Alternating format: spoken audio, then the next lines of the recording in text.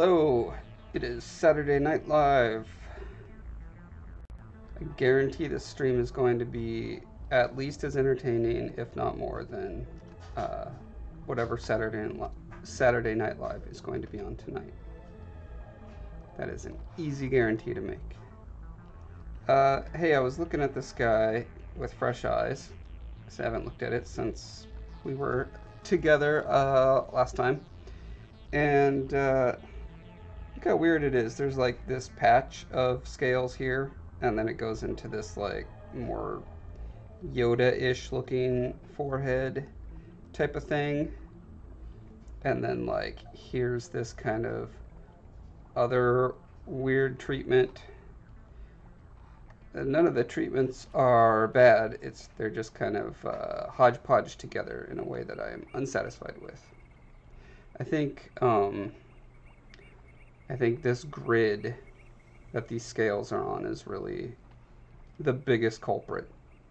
So I'm going to make them more blobby and organic, like the ones on the back of his head, and maybe try to taper them off, meld them into the other part of the forehead.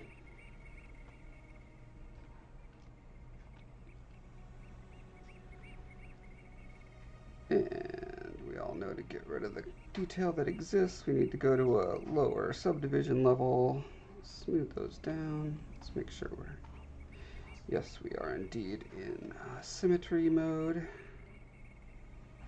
Okay. Pop up a level, and you'll see it has maintained some of that detail. Wipe it away again, and again and again. Now, actually, this new version of Zbrush has it so that you can, if you enact this sculptress mode button, it's supposed to kind of like just lower the resolution as you brush if you so choose. But I've not tried that yet, and I don't want to try it live because I'll just be fuddling around. Let's see. So I was using clay brush. No, actually, I was using, let's see, Damien Standard to kind of get the general flow that I want.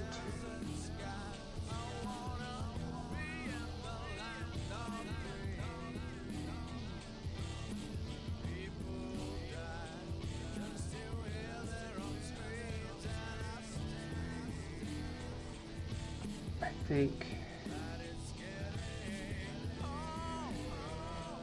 I'm not sure what I think about this very stacked appearance of the scales going up the ears yet. I think it does kind of in general go with the kind of fanned out creases that I'm getting there. So it's probably the way to go. So I'll try to continue that across here.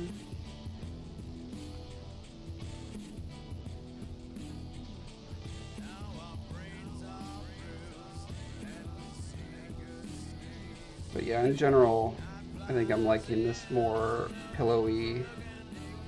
Well, it's definitely less scaly. Plus, it says reptile a lot less, and says amphibian or naked mammal more, which I'm okay with. I think you'll have just kind of really rough, bumpy skin around the tops that fades down. But don't take my word for it. I'm not an expert on what I'm going to do.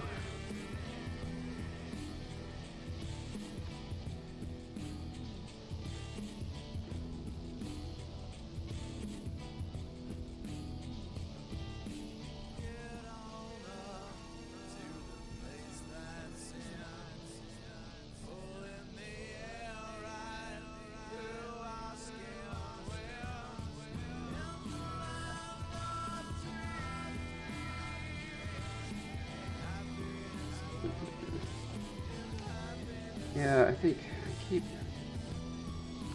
keep going back to this grid, and I want to try to purposefully avoid that. So I'm going to make some of the forms more just a different flow.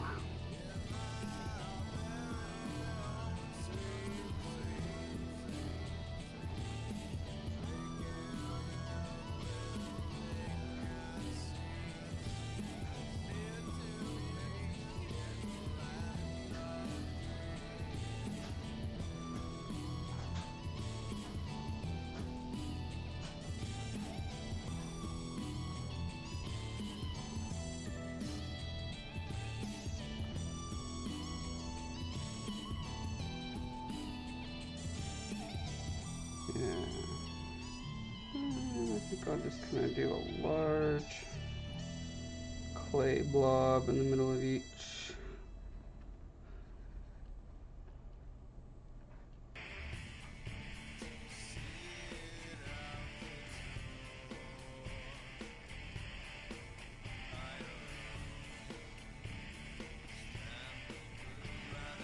Purposefully keeping the brush a little bit larger than I'm comfortable with so that it will kind of accidentally spill over the lines that I've prescribed, because my lines are too prescribed. And I want them to be a little more random.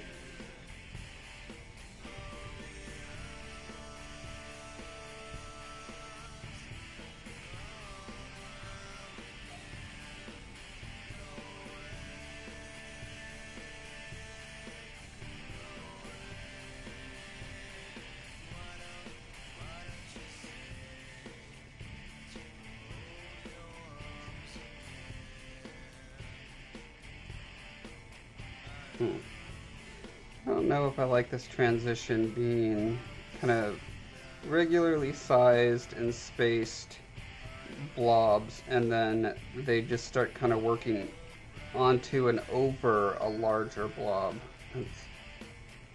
It's not reading right to me for some reason. I feel like they just need to gradually grow into larger blobs.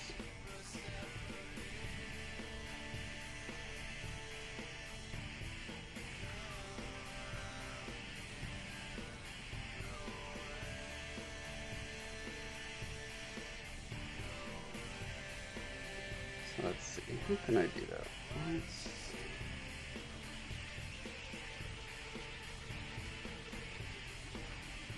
Maybe if I just pick every other line to pull out, so I'll do this one, I'll skip this one. This one kind of goes there. Let's see, skip this one and this one. And then likewise, going this direction, I would normally, to keep the same spacing, I'd put it there. So instead, I'm going to skip that and do one like here. And here.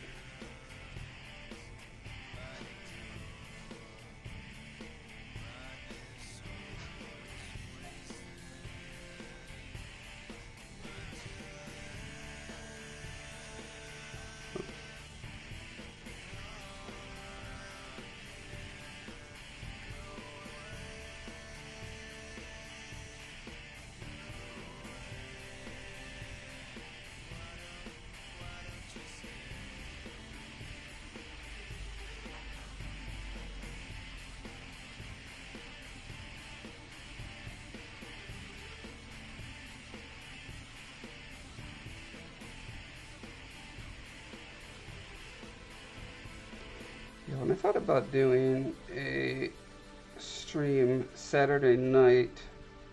I think in my imagination I was thinking I would do it at like midnight or 1 a.m. or something like that, so that I can pick up some of Europe. Because now it's probably it's bad time for the rest of the U.S. because most, it's either, it's 9 o'clock through midnight in the U.S.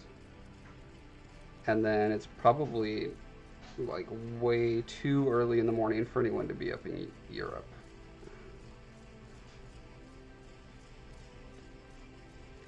So remind me next time, don't start streaming at 9 p.m. on a Saturday. All you people in chat who are just bouncing off the walls and commenting constantly.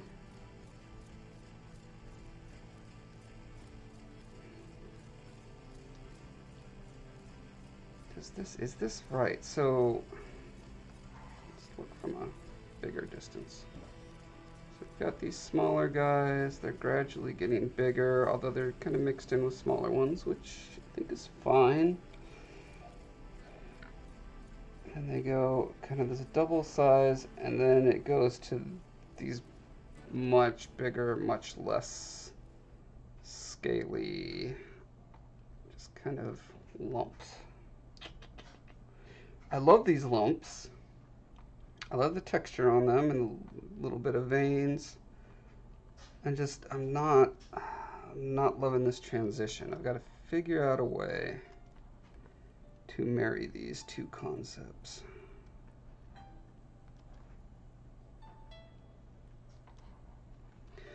Let's try doing some of that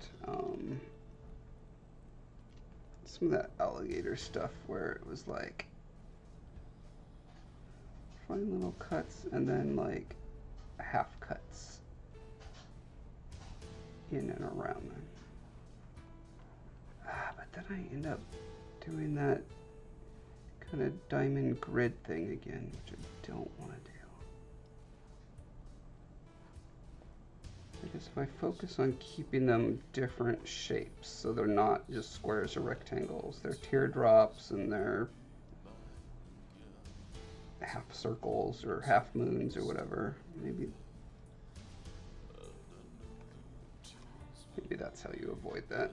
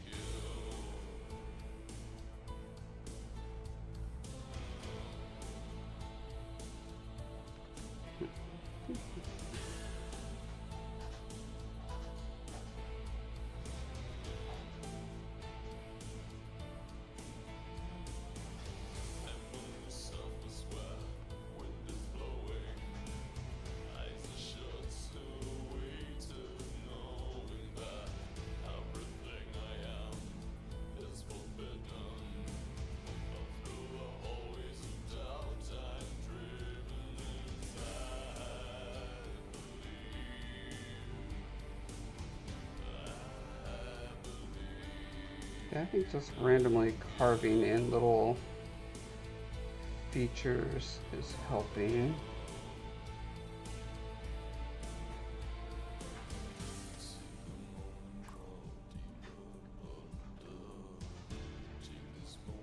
It occurs to me that I probably want the depth between the scales to get a lot less pronounced as it merges into the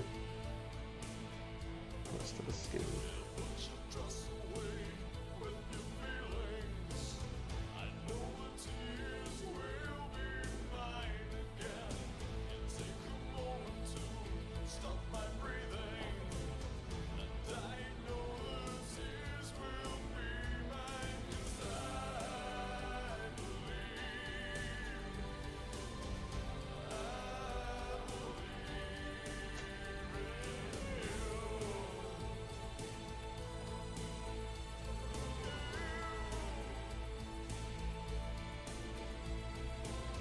Hard to tell about the transition without getting some of that texture, the finer detailed texture blending over, so let's add some of that.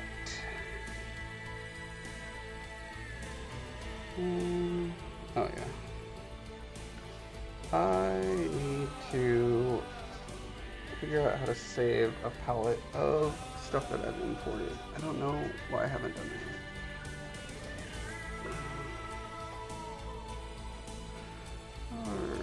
Resources, Zbrush, alphas.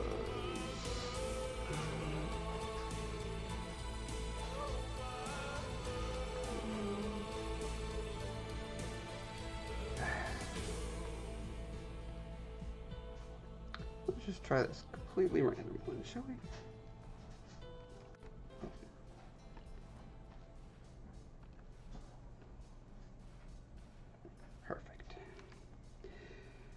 Alright, I gotta open Bridge so I can see Photoshop files.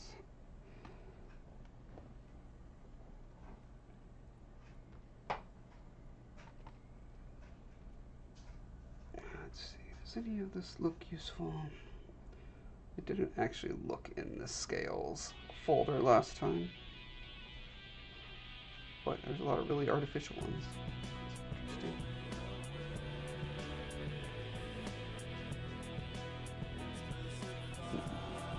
Maybe this one. Right. Reptile Skin 07. Let's try that.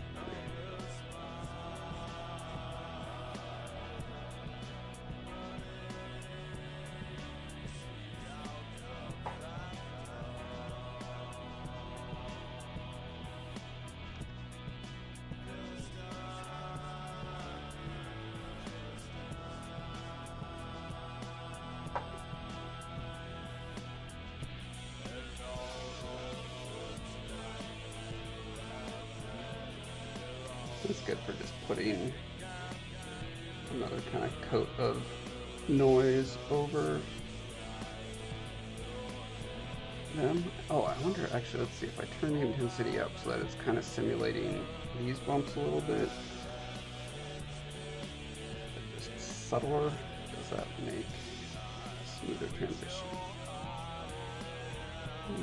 Looks like noise. Find the one I was using before, which I believe was just in my root directory of alphas, and it was what?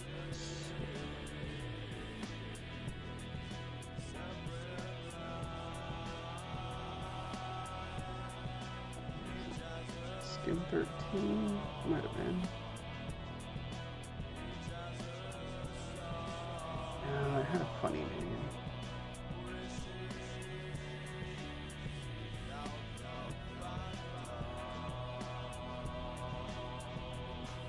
Oh, maybe leather skin? Oh, that's right.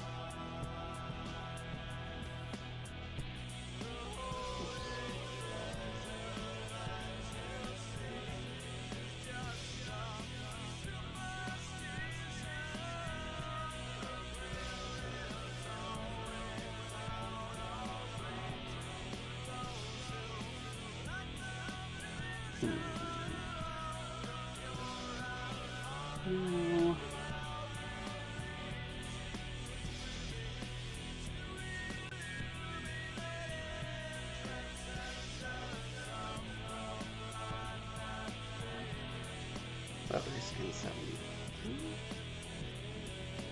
Oh, tried. Oh, I tried 13. That's the problem. What I needed was 15. What a noob mistake.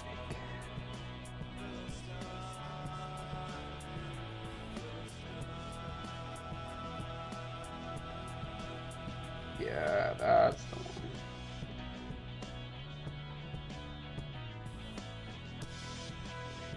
That's the good stuff right there.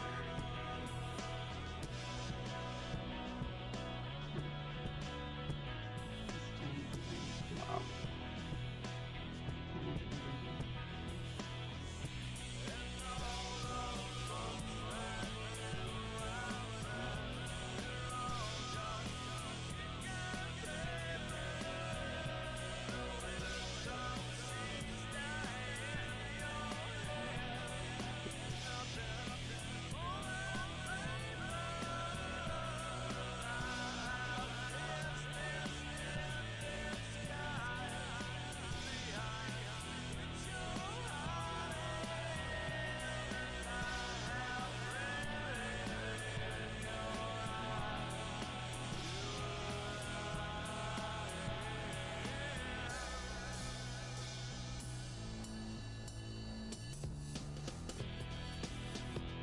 This is a good place to practice transition, I think. Very lower back of the ear.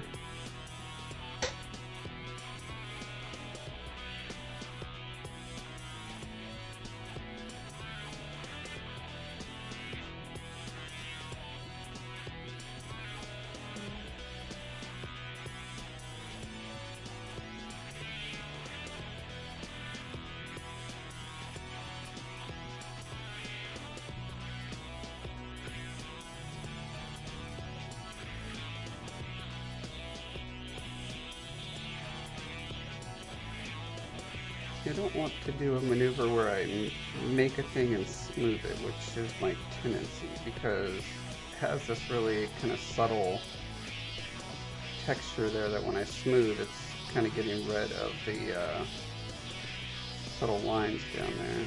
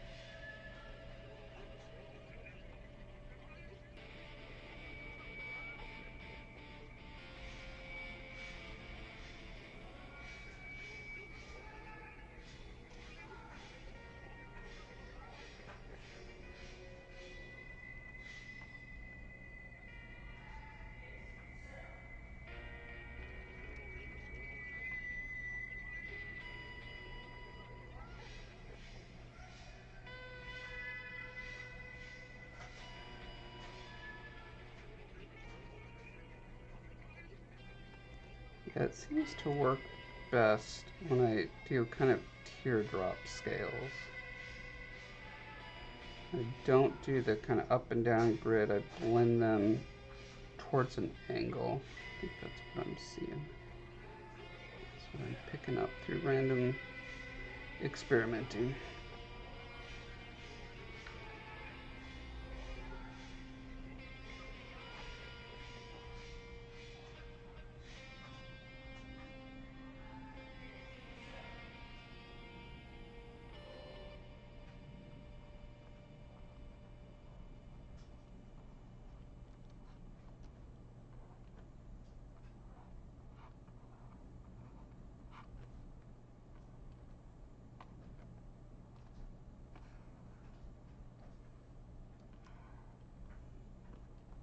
Now, did that just make the whole thing better or worse?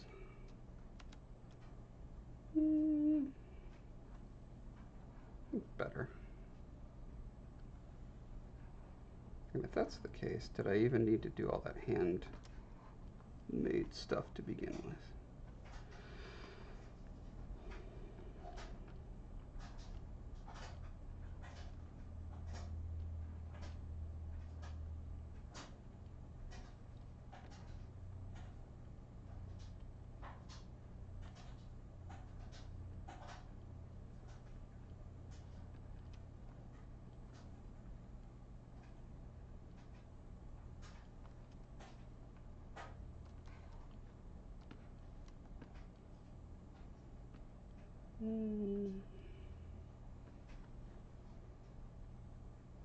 Yeah, I'm still seeing a very definite, like, here's the last row, and then it's just like, blop, flat.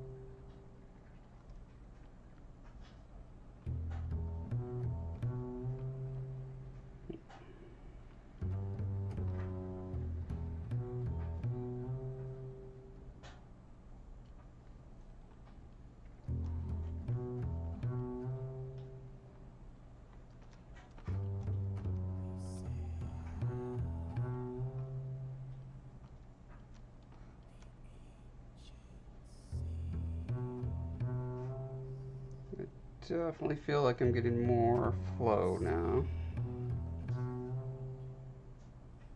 That still might be a little too gritty for me.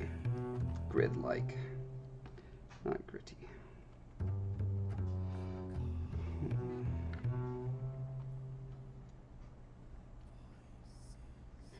So this is a grid in that there's a center line, and then there's a line that goes out like that, and a line that goes out like that. But it's a fanned grid. This, in theory, should also be a fanned grid because the lines have to converge as they go up towards the smaller area. Why am I not getting the same happiness that I get in this area?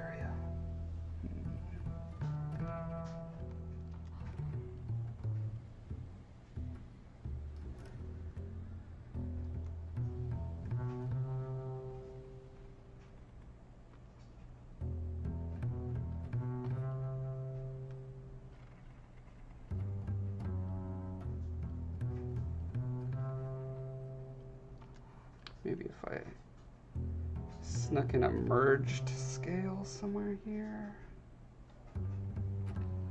Merged. See what happens if I just straight up stick these guys together.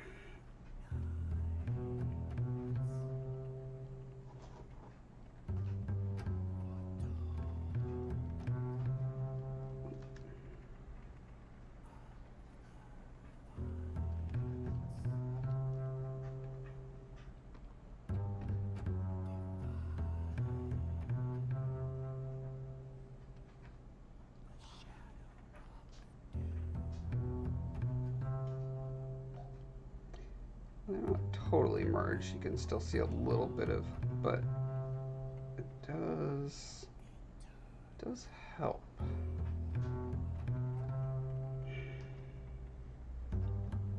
Maybe I just need to continue that merging down here.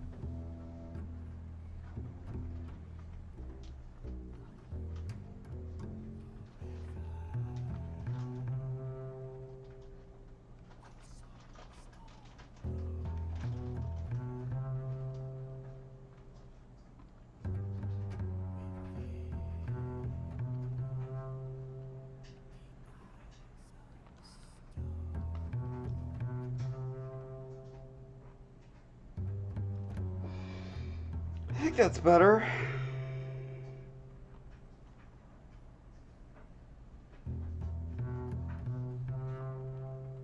Kind of goes into super fine grit up here.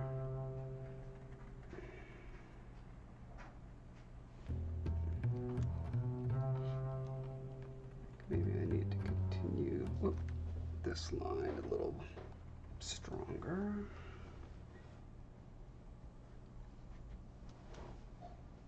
Do you want to, do you think you can help me put this cast on? Yeah. 1 second, I have to, oh, not yet. Tell me when. No. Okay.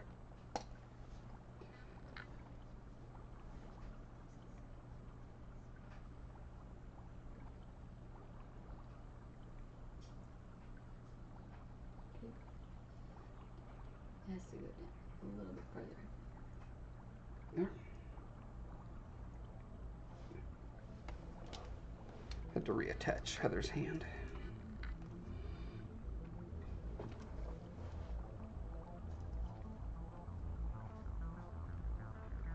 Scott, even it closes so much more because the stone's on in.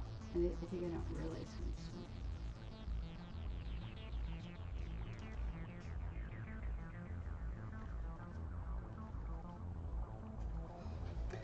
wonder if I should go in and add blobs on all these squares.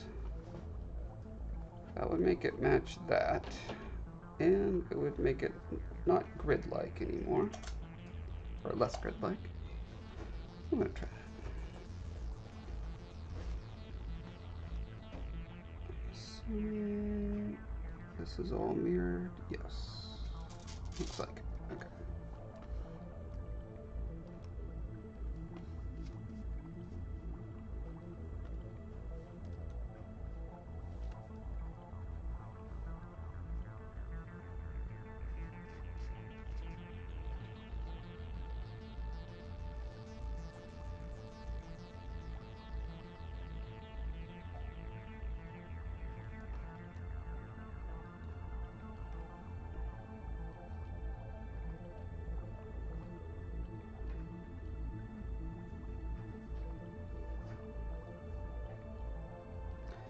And I wonder if everyone actually is watching Saturday Night Live. Does it show right there if he's on or something? No, it doesn't say who. It just says how many. Oh. I've had between 3 and 5 so far. Practically up there with PewDiePie.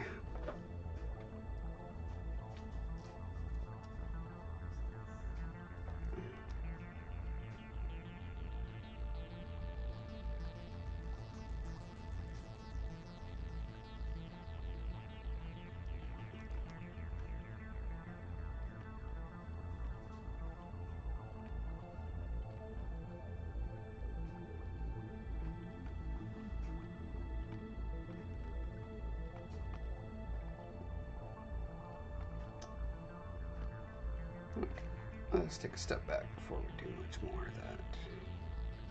Yeah, already getting that roundness in there is definitely helping to marry it to the rest of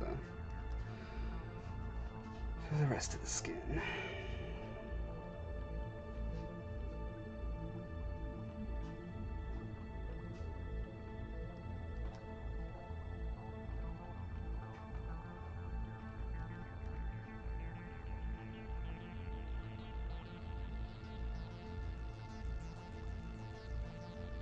Then I'm going to have this whole area I have to transition to smoother.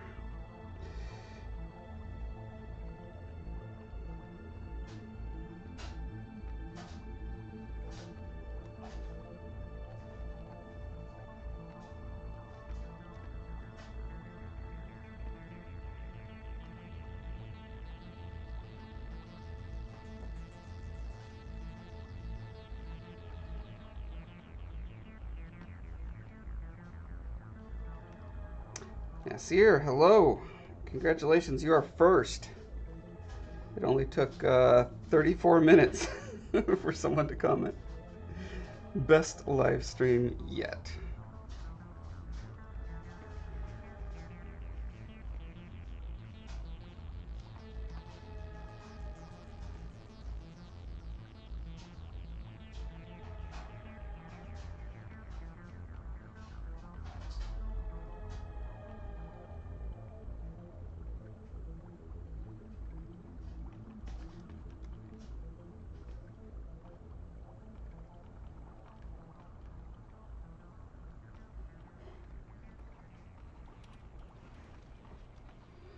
How's things going in your neck of the woods, Nasir?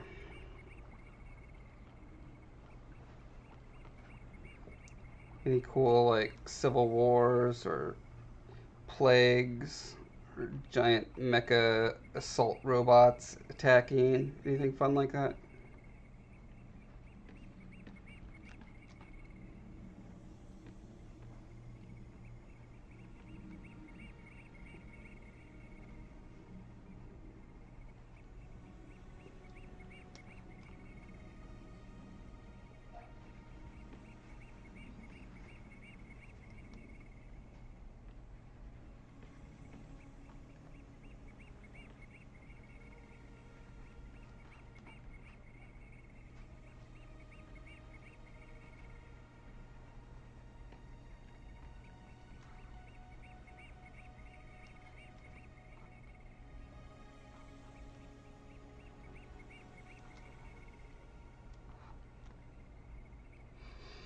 What have you missed? Uh, Basically, I wiped out this area that was too gritty, grid-like, and been working on unifying the different treatments as I've evolved the style. I was finding there were pretty much uh, three distinct looks, and so I needed to kind of pick one and roll with it, which meant wiping out some areas and reapplying. So.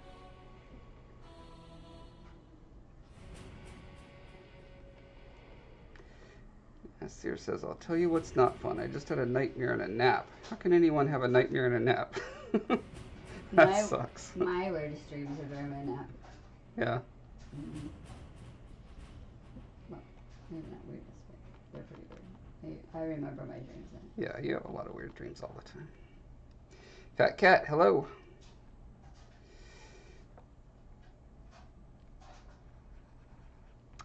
Yeah, I set an alert or whatever, although it was just like an hour and a half ago, so it's understandable if people didn't pick up on it.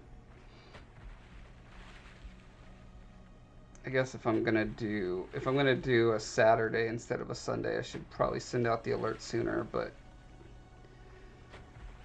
I wasn't sure I was gonna do it today until later in the day.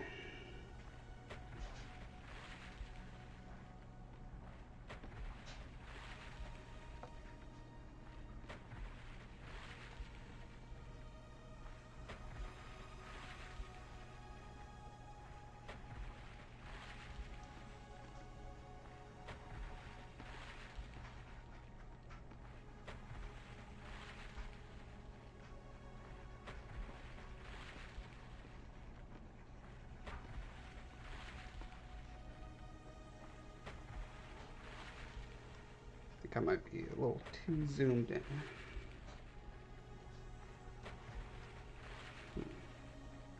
Those lines are still pretty rigid. Let's see if I can break down those barriers a little bit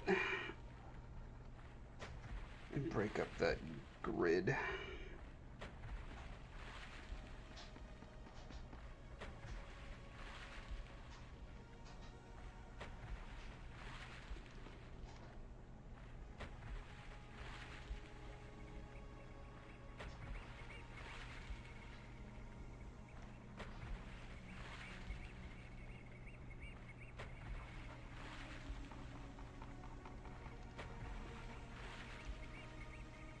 Aletha, you're right. It's not Sunday afternoon. You figured it out. Yeah, my policy for streaming is to be consistent on Wednesday nights, every Wednesday night, and then just whenever I get to it on weekends. So.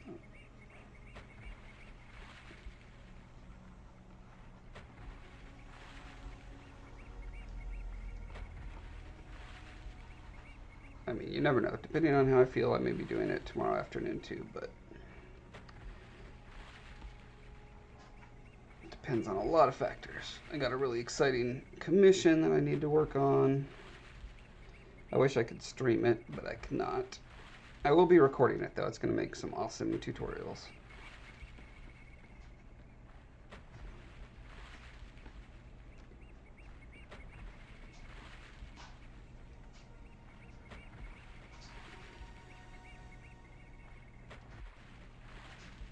Oh, Fat Cat, you have to work on Sunday?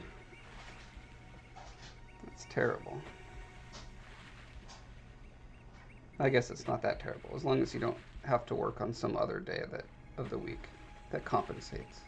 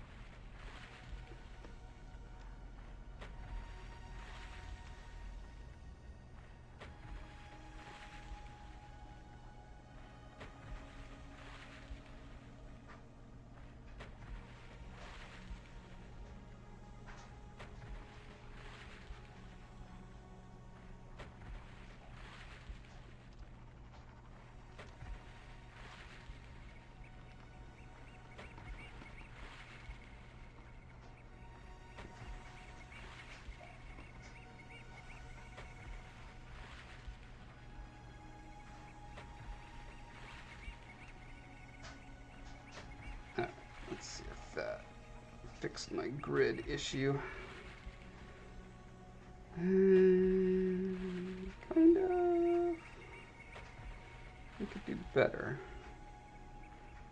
I wonder if I just offset them so that it was a diamond, a diamond grid instead of a square grid, if that would fix all of this.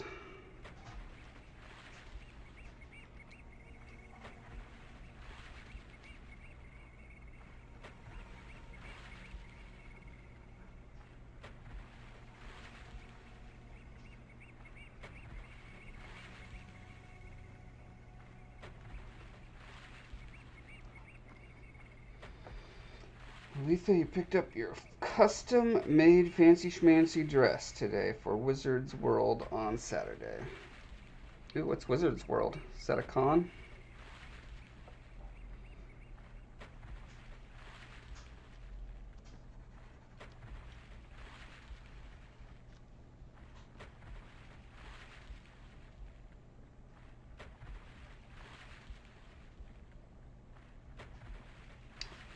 And so your neighbor is a wizard? That's cool. That is cool. 4. Unless they're an evil wizard. Yeah. And they like live in a giant onyx tower and there's always undead shambling around, murdering people and animals that get too close. Yeah, I need to start looking into cons that have art booths where the artist can sit at the booth and work and say, hey, buy my book and look at this statue I made, because, man, my Colossus is a real crowd pleaser and gets a lot of attention, and it's kind of a wasteful shame that it sits in my garage collecting dust for 99.9% of the year.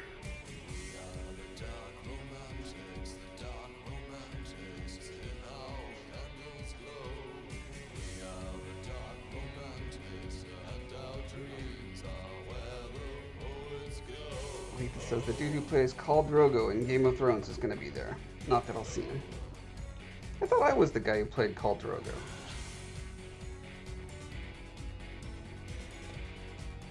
Let me see, I'm going to check. Let's see. Photos.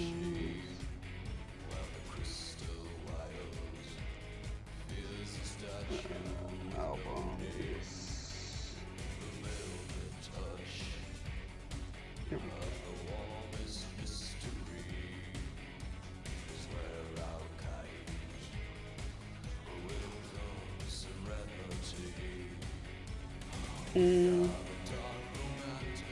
That's weird.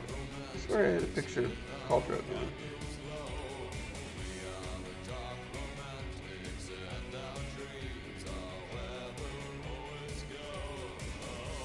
Oh well. Would have been cool. Oh. Look at Katie's awesome costume.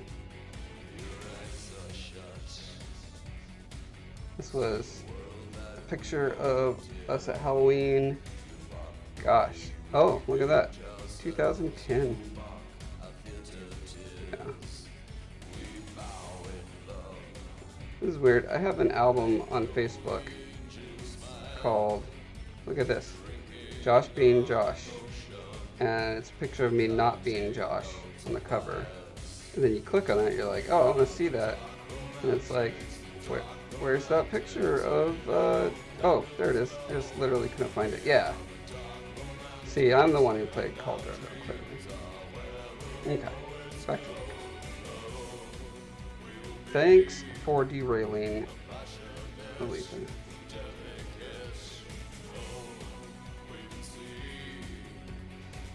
Curtis, hello, Mr. Shortell.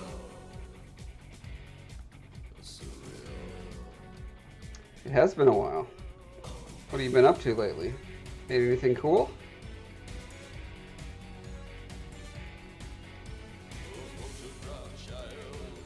Yeah, this, okay.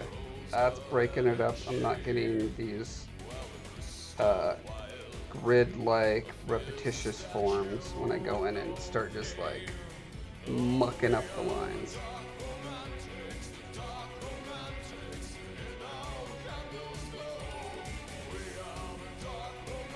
Yeah, Nasir, I was a redhead for a while. Amazing how genetics work like that.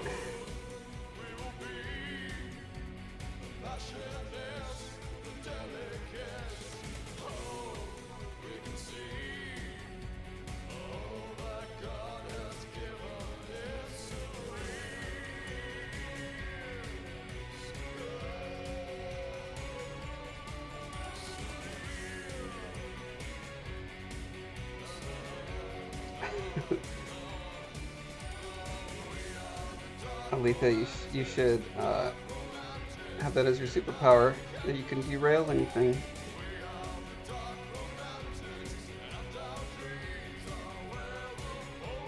Conversations, relationships, trains, anything.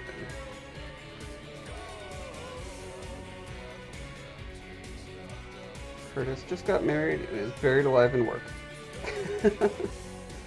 And the level of details on his skin is out of this world. Congrats. Thanks. Yeah, well, as you can see by the title of this live stream, I've been working on it for quite a while now.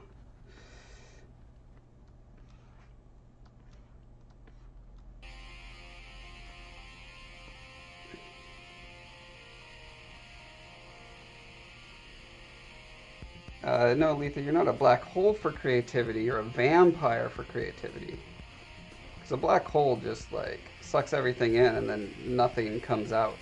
But you take people's creativity away from them and use it for your own nefarious purposes.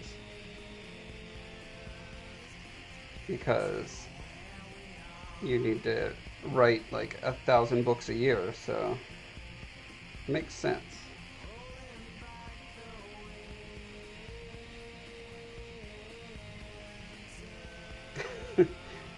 Nasir, if you got married, you would bury yourself?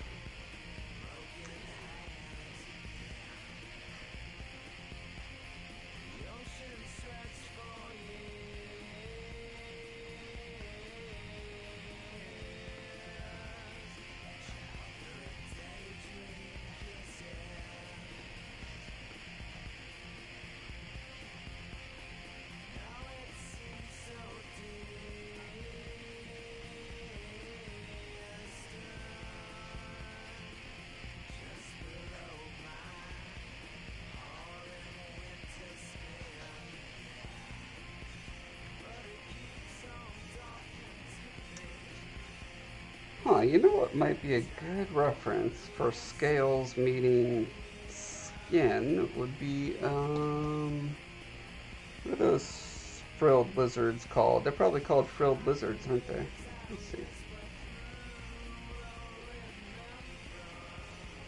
Frilled lizard.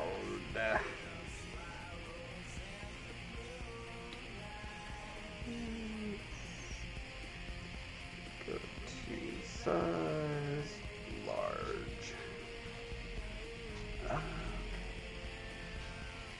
Oh wow, look how much that is like Scolla's ear. Oh, where'd you go?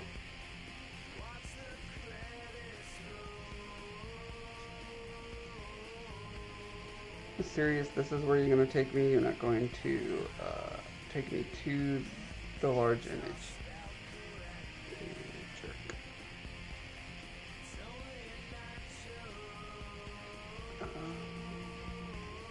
That's an illustration. Yes. That is not what I want.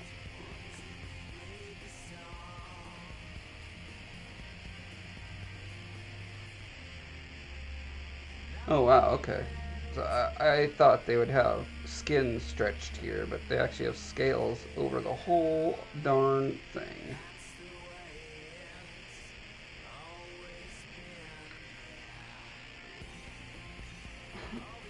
What is up with Google failing me so hard?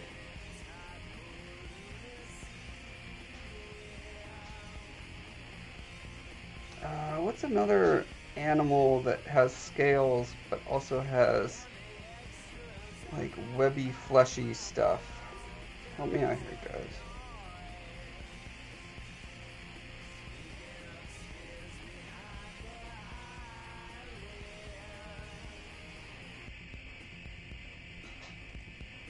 That's gotta be a Photoshop. Curtis hopes they find out black holes really are like portals to the multiverse. That would be dope and scary. Let's see.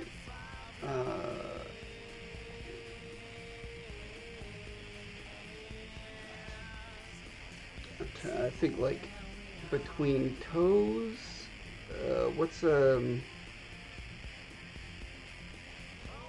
maybe there aren't any reptiles that go from scales to skin.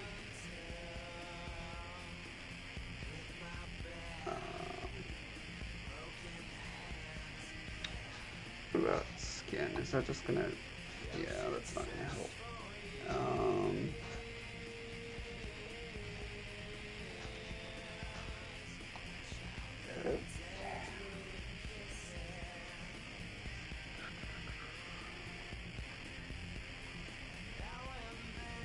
Yeah, it's all scales on the webbing there. Iguana or leopard gecko?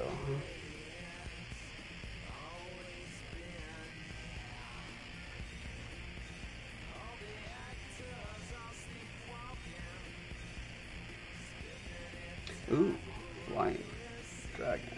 Right. So, flying lizards in general. Huh. Also, looks like they may be covered in scales. Oh, wait. Huh.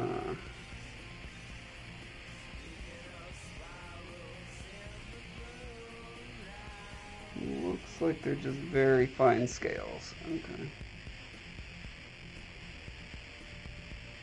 Okay.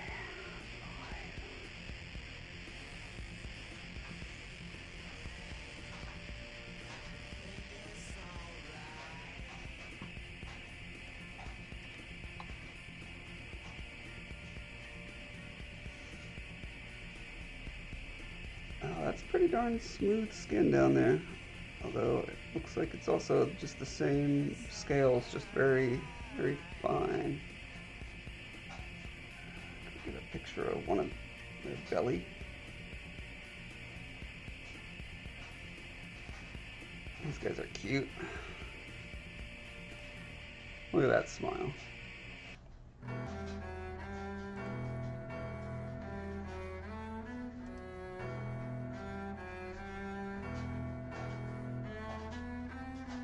Yeah, okay. So, I'm on my own. I gotta make it up.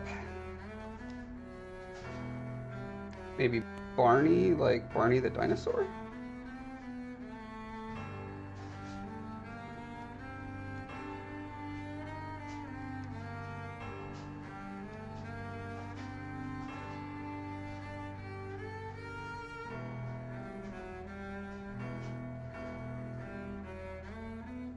Yeah, so I'm just gonna try, like, just making them smaller and spaced apart more as they go into the fleshier part.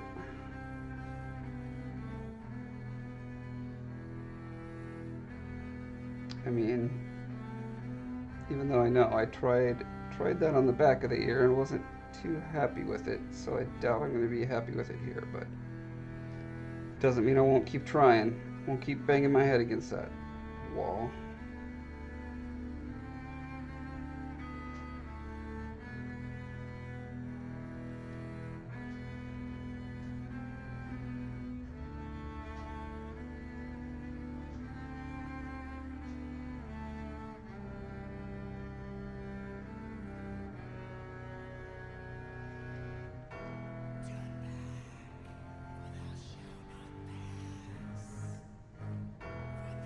Letha says, I think if the scales get smaller, close to the smoother skin, and just kind of fade out.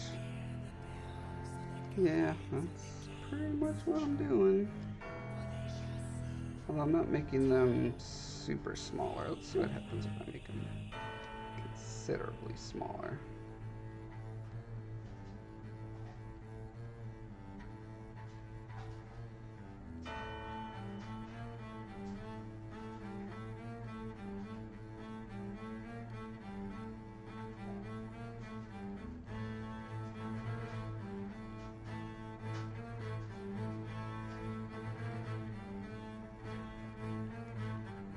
This here says, Josh, I think snakes have that transition with their jaws when they eat. Well, that's a good point. I guess, I mean, any reptile mouth is going to have some of that, isn't it?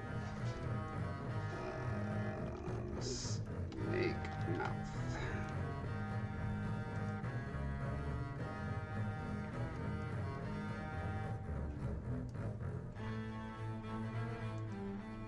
Come on, I just want large ones.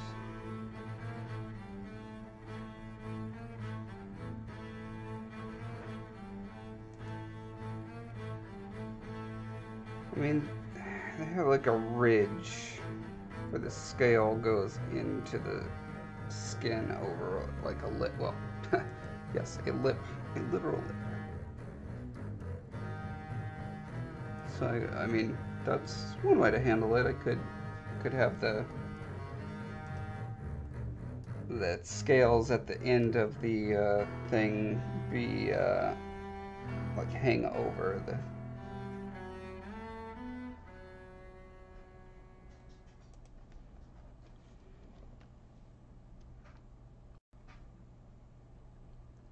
Yeah, I'll try that if this ends up not working out for me.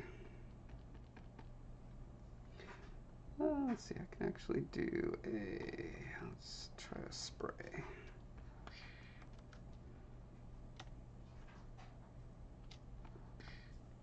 Oh.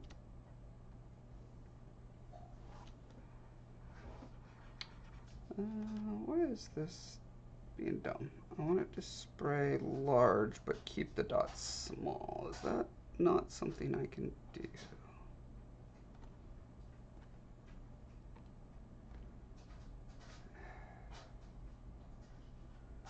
Guess I could use an alpha like this and then make it bigger.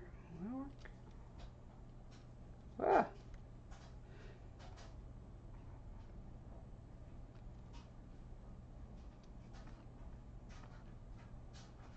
Ooh, look at that. Snake eating, you say?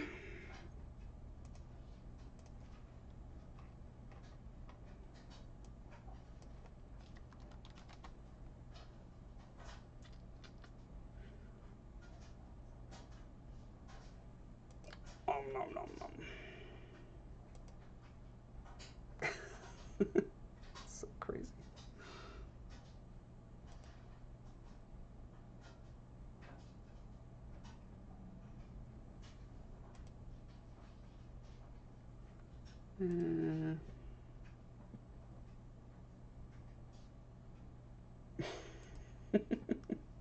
That's hilarious. Snake eating a frog, eating a snake, eating a frog.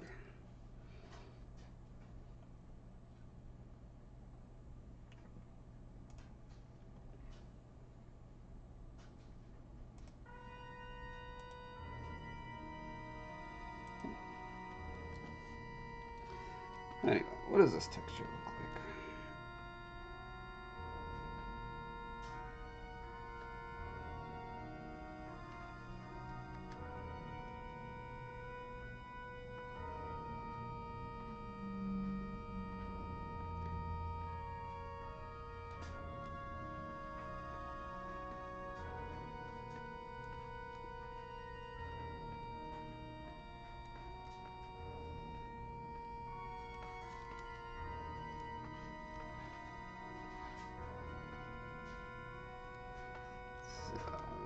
Do that, and then go back to normal.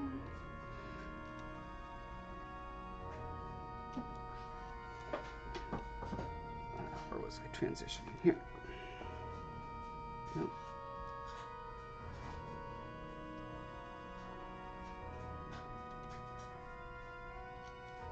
And I can pick out some of the dots.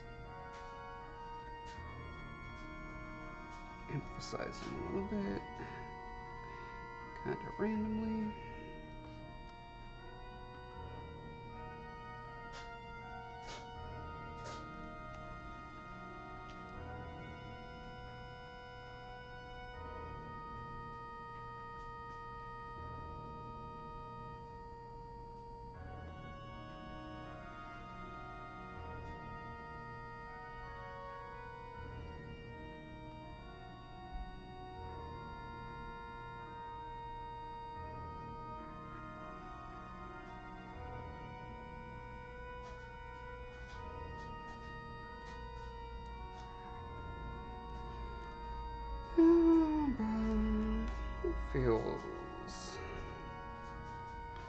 feels alright. Wondering if I maybe just want to do a spray pattern over the entire surface of this. It's already really noisy, but I wonder if that might not just kind of help to marry a lot of those noises better. Let me give that a try and find out.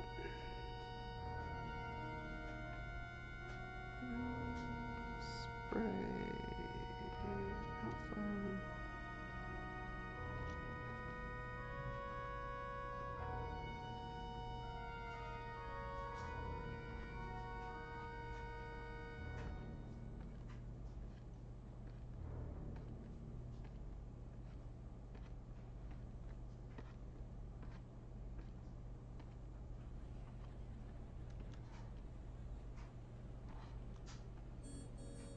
And certainly from the distance, I don't think it reads, but up close,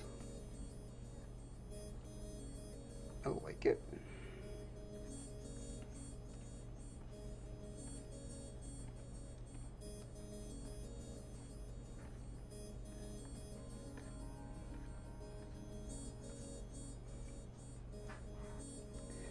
Here says, but why do you want to transition between the two? I think a defined separation would look interesting.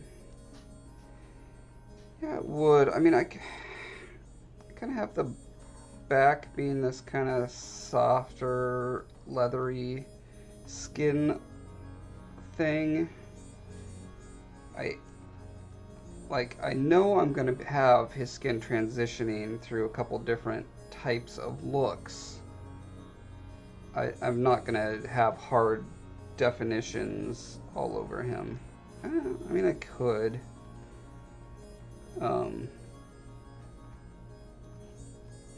We'll see. I mean, I think it's one of those things where I need to, you know, I'll get it all in there, and then, you know, as usual, I'll take a couple days away and then come back and look at it, and things will jump out at me as obvious problems to be solved. And that may be one of them.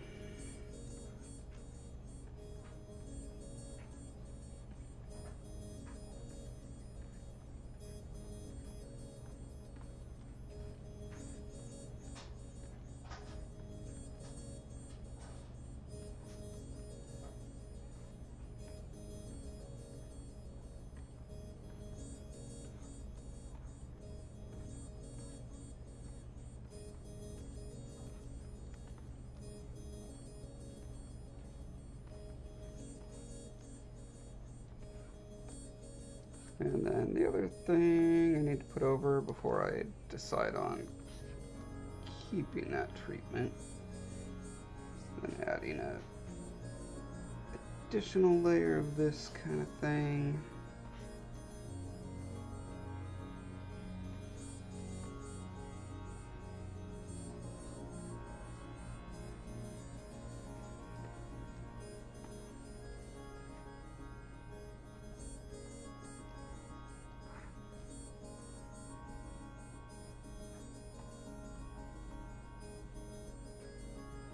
Yeah, I think I'm liking this.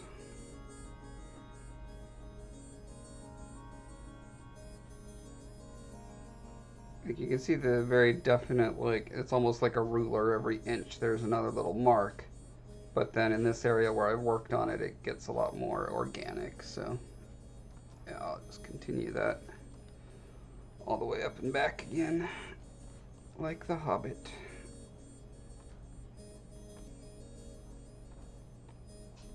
But not really boring. Well, I mean, watching someone make thousands of scales is probably pretty similar to watching The Hobbit, I imagine. Except with a better plot.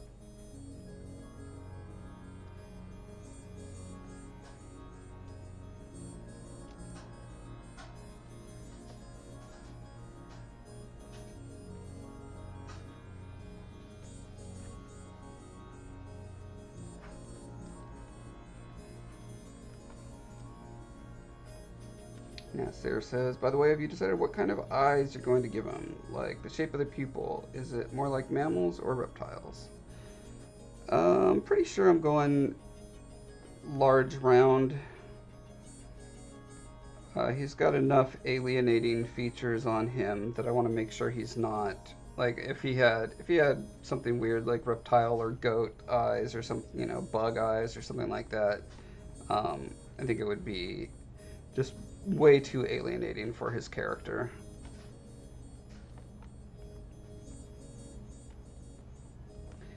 Actually, that's an interesting thought to bring up. Um, those those comparisons again of creatures within. Let's see, round, round, round, reptile, round, uh, probably round. Yeah, and you can see the one that's doing reptile is supposed to be an alienating, scary creature. So yeah, probably go with round.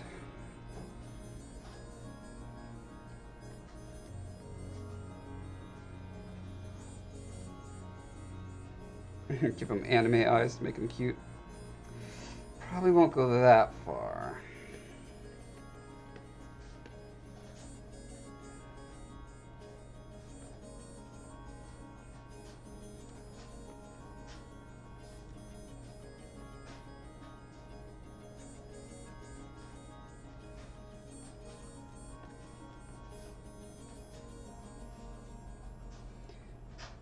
Somehow broke my clay brush, so moving to my clay buildup.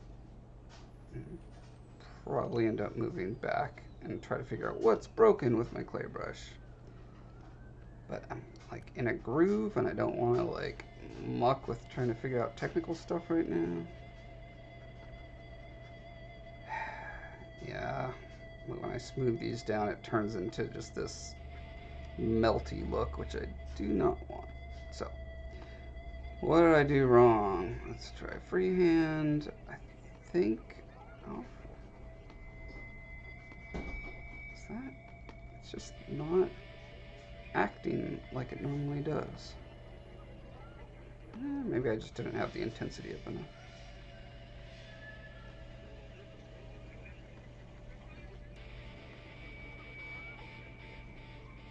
How do I keep getting this song of random noise on repeat?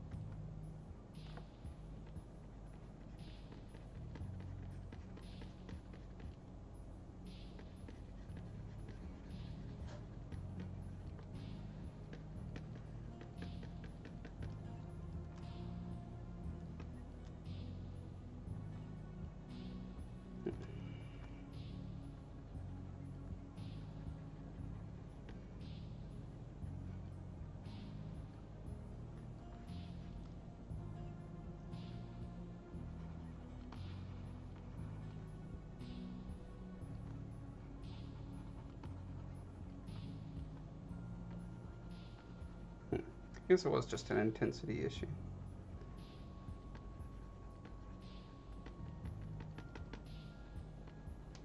What the hell? It just keeps repeating over and over. I've seen this thing 3 times.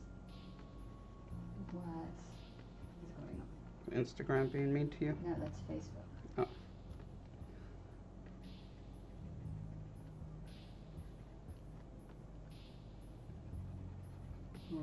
just keeps going and going.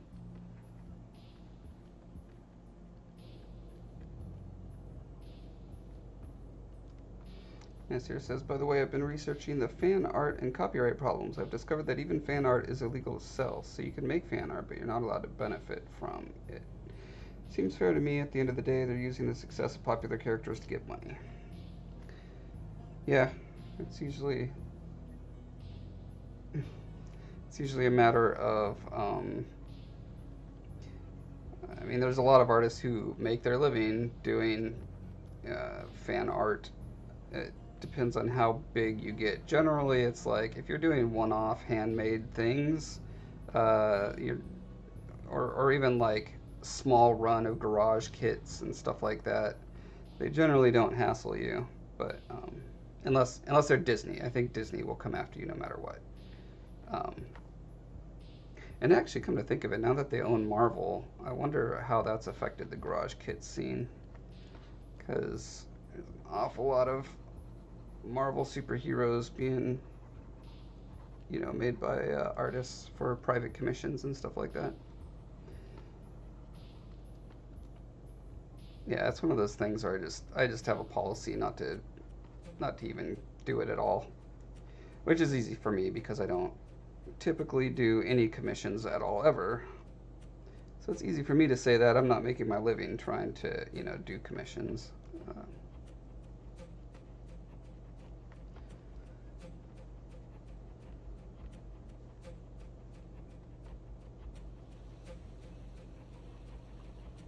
But like if someone was trying to make like if someone hired an artist to make a Scolla sculpture for them, I'd be like, that's cool, whatever. Whereas if someone was like, I'm mass producing, 100,000 t-shirts with Scolla's head on it and selling it at, wherever, Target, then I'd be like, yeah, we're gonna have to get lawyers about this.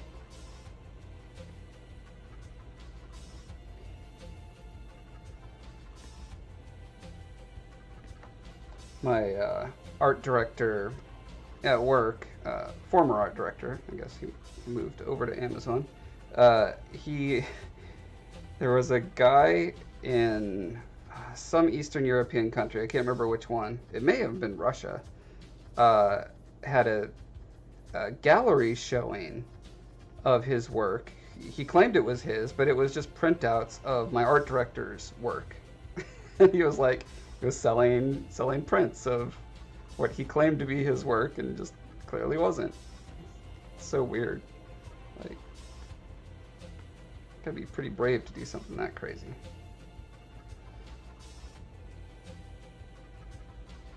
Yeah, Sierra says, by the way, Disney is so stupid. They tried to sue an artist for an artwork of Alice, but that didn't work for them because Alice is a public domain character. Disney didn't invent her.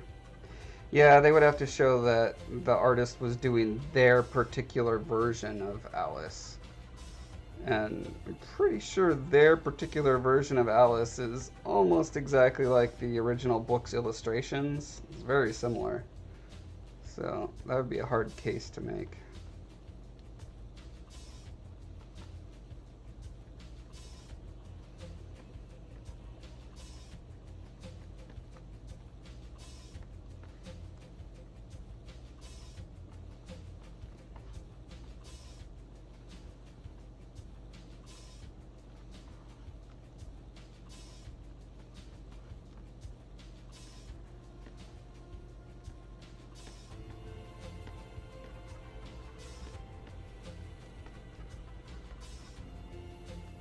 I like to somewhat randomly select a scale and just make it like really, really out there, like 3 times taller than the other ones. That's just a general art thing that helps things read as more natural. Like if you're doing cobblestones or castle walls or, like pipes on a sci-fi hallway. Just adding that kind of seemingly arbitrary anomalies is important.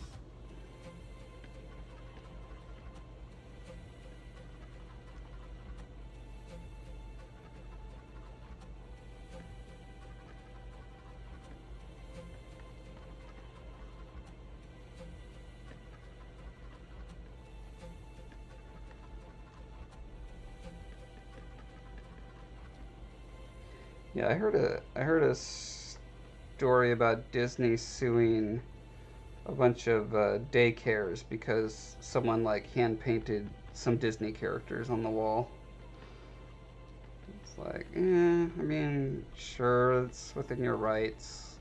Like, I don't know. There's a dimension of that any business has. There's the financial dimension, but then there's also the public facing, like public perception dimension, and it's weird to me that they're so like willing to sacrifice the public perception thing for what would seem like a a silly tiny amount of money, like because companies pay so much in advertising to try to get their brand to be not just recognized but liked by the public.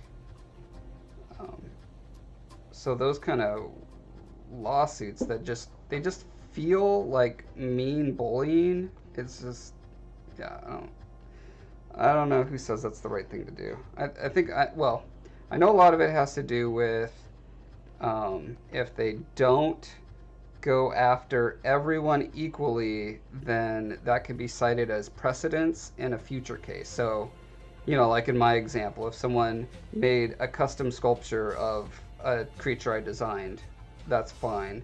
But if they made shirts to sell at Target, that wouldn't be fine. However, if we went to court and I was trying to sue the people who made the Target shirts, then potentially they could say, well, look, you let this one guy do a sculpture of them. So clearly, uh, your claim to hold your copyright or whatever is not strong.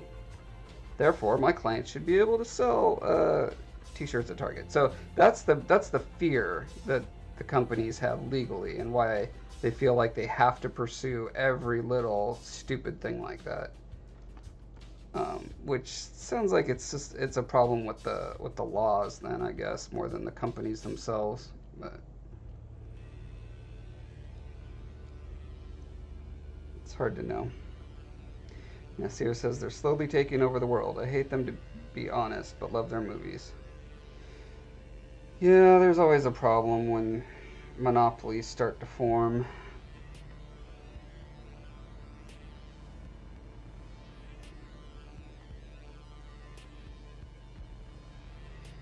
And I'm gonna have to get their stupid new streaming service they're launching next year, because it's gonna be the only way to see the Star Wars television series they're developing.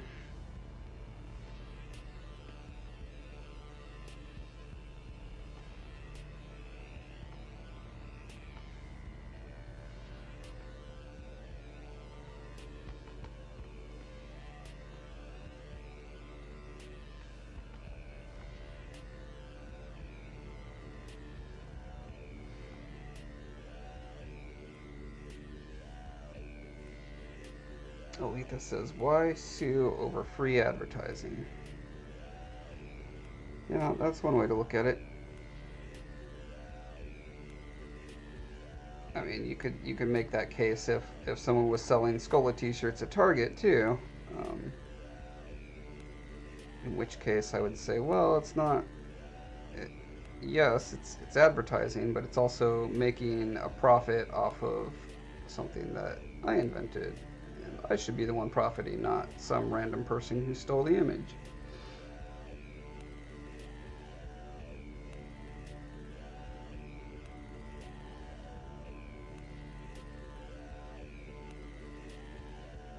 Fat Cat says, if you really want to know how shady Disney is, check out their Lion King in a different movie called Kimba, the White Lion. Yeah, Kimba totally ripped off Lion King like 10 years before Lion King came out. It was amazing. Like almost point for point, exactly the same plot and characters.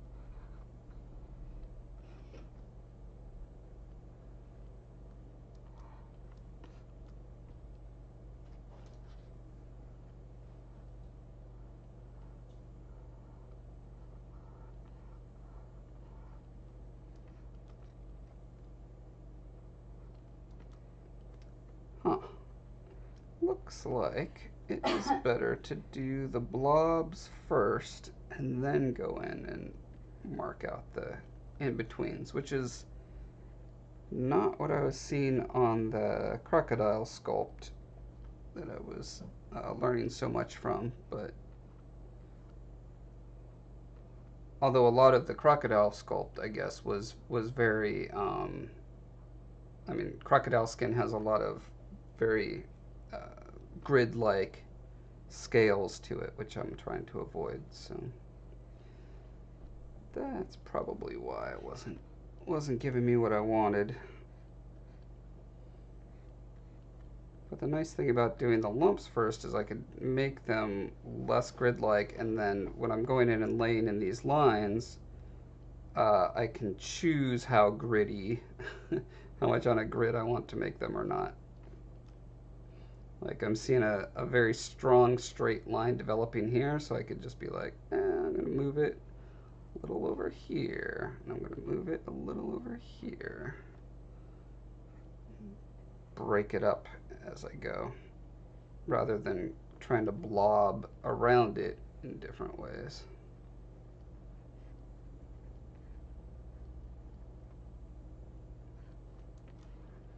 What's that looking like?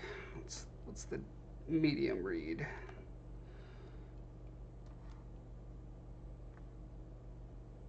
Okay, so I've almost completely obliterated these horizontal lines, which that's fine. I guess what happens if I try to work them in just a little bit?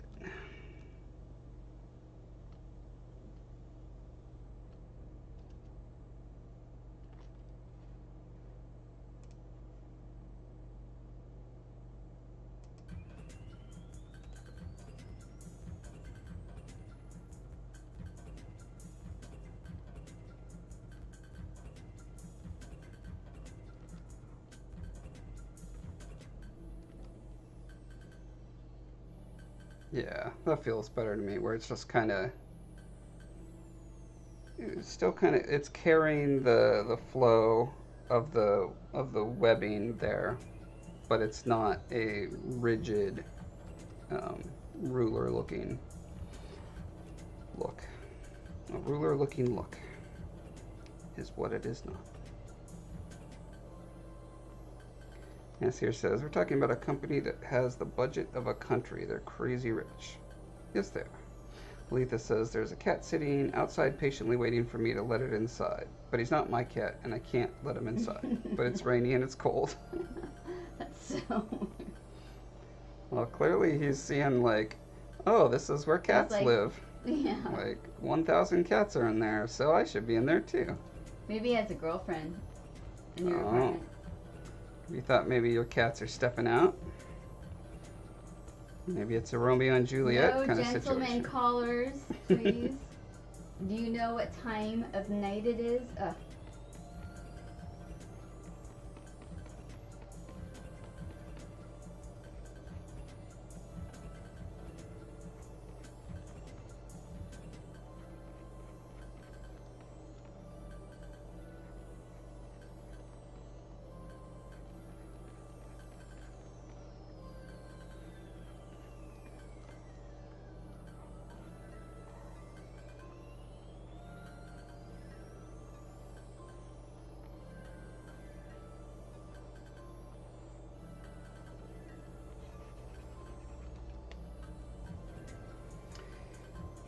You need to sit Ginger down and have a chat. That's right.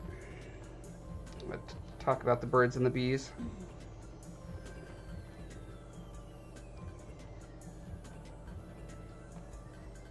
But don't you want another random litter of kittens to try to find homes for? Isn't that fun?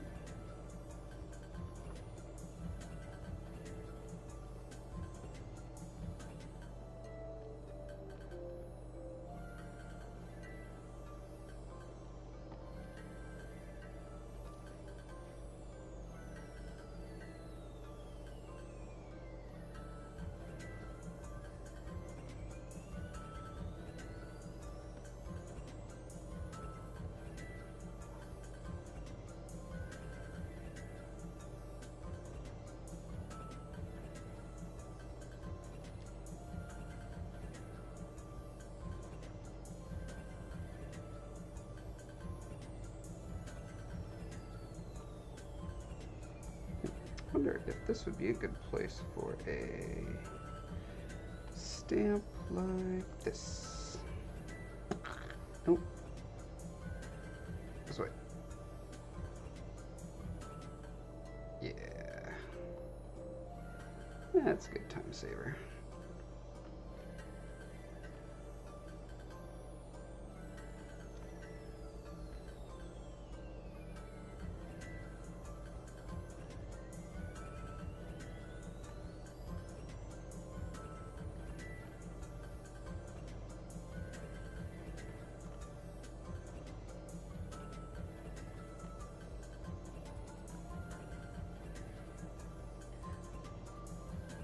Ah.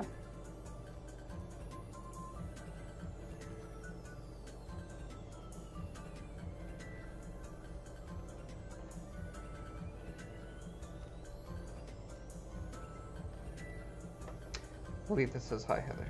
Hello.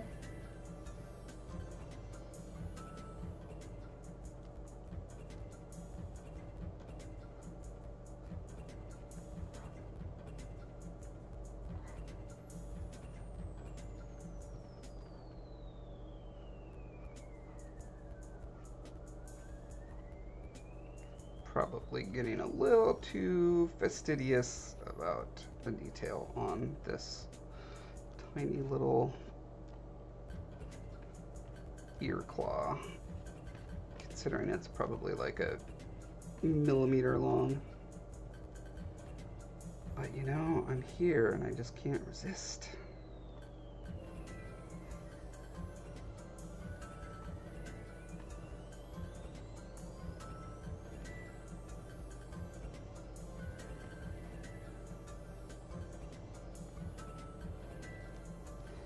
This here says, cats are evil. When I was a kid, I found one in our kitchen, and she attacked me.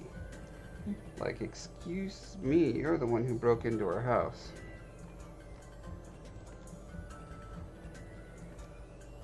Let's see, how big is this little niblet? That is very small. Yes, I should not be wasting so much time doing detail on that.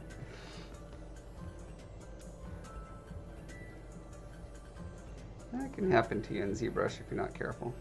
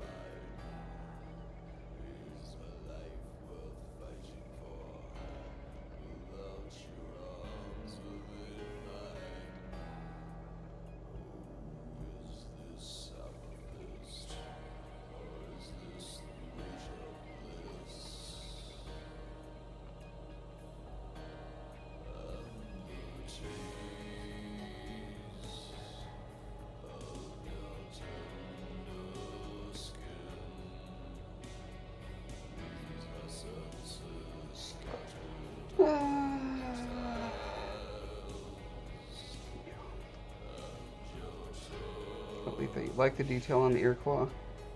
Alright. Well, when you buy the statue, you can put a magnifying glass, just tape a magnifying glass right there so everyone can see how awesome that is. Oh, speaking of which, I did find your choya for you, so I'll be sure to get that down next time we come down or my folks come up.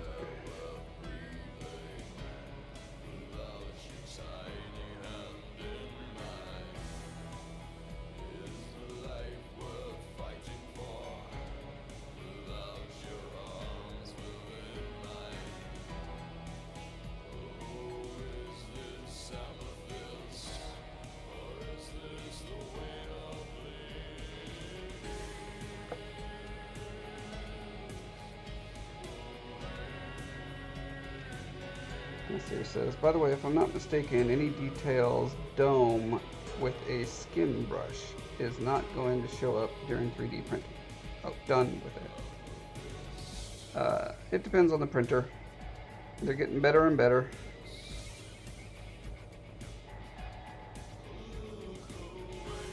Right now, the one at Shapeways that I've used would absolutely pick up. Well, it would pick up. Let's see. Like if this was life size, I guess depending on the screen you're looking at, who knows? But you'd probably see most of these at about this scale. I'd say you'd pick that up. Unfortunately, that one is limited to, I want to say 1 inch or 1.5 inch by 1.5 inch by 3 inches or something like that. So it's just this, you can only get itty bitty ones done at that resolution, and it's crazy expensive.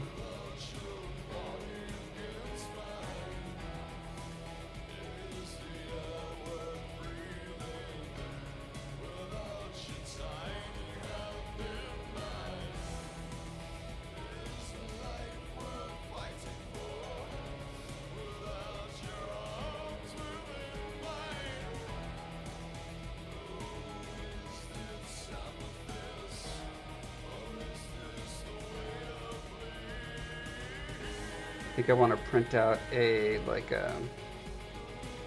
maybe a half scale version of him and make his hands so that he can hold a book, and then I can have that at tables at conventions and stuff, and he can have a little like buy my book little voice bubble on paper coming out of him.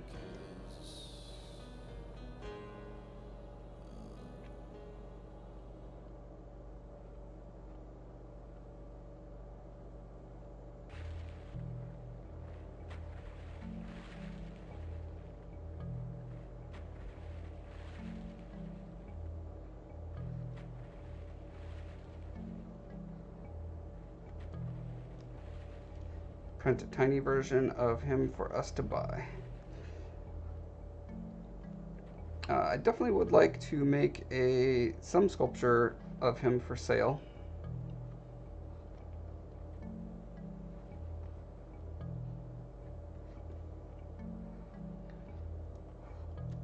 Ideally, I'd make like a half scale one that would be like a foot tall or something, and then yeah, like a little action figure scale size one for that I could cast and make relatively cheap.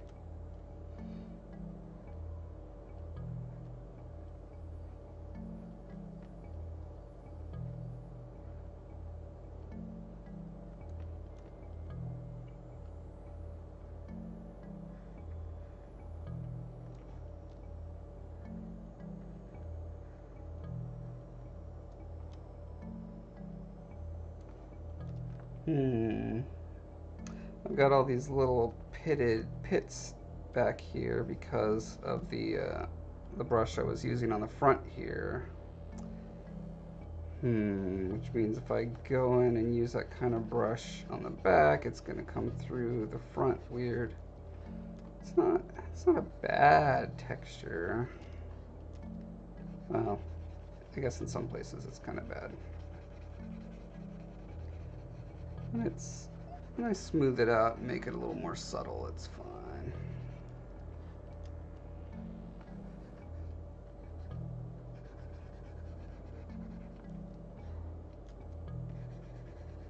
Again, there's another little bit of research that I mentioned last time and I forgot to do, which is find out how you tell ZBrush to not affect the faces that your brush can't see, or that is not in the camera frustum or whatever. Plushy Scolla, that would be interesting, especially if you could inflate him, like get a little pump or something, and you could pump him up into his angry mode. That'd be awesome.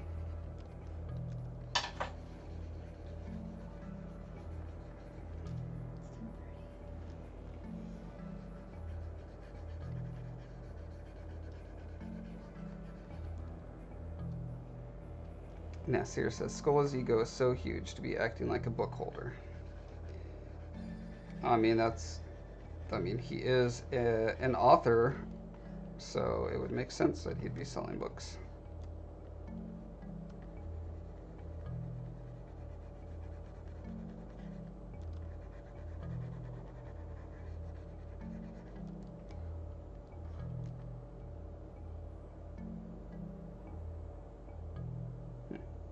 I think I might be doing this kind of skin treatment for most of his sacky parts. I really like this kind of mix of kind of leather. Like, it looks like it could totally be stretchy leather to me.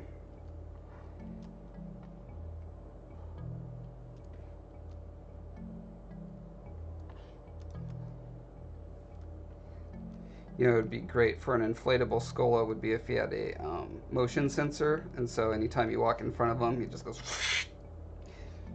gets all spiny. Imagine how much fun your cats would have with that. Especially if he started hissing.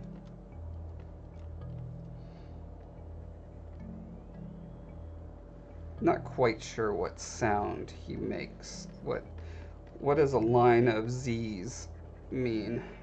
'Cause that's how my mom wrote him when he's like angry. Sometimes when he's thinking. Sometimes when he's laughing. Oops.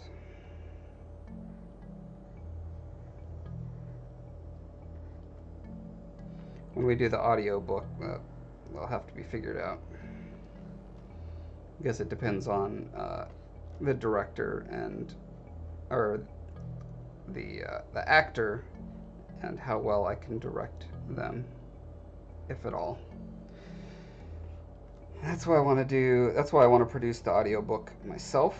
I don't want to do the reading because I don't have a good voice for that. But I have a friend who has a great voice for it and is willing to do it. It's just a matter of we got to get the books finished, like finalized before we even start thinking about that. And then it's a non-trivial amount of work to record that much and edit it all together. And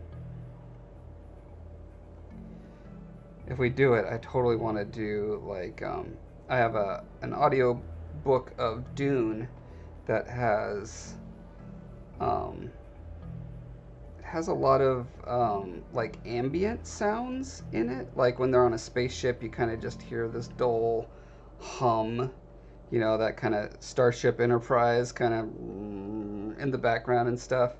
And there's kind of like interstitial music between chapters and stuff. Oh, I would love to do something like that. It adds so much atmosphere and texture. The annoying part of it was that some of the chapters were read like a radio drama where there were different actors doing all the different characters, and then other parts were just read like a traditional audiobook where one guy was doing all the voices. And that was just kind of jarring that it would go from one to the other without any apparent rhyme or reason. I'm not sure why they did that.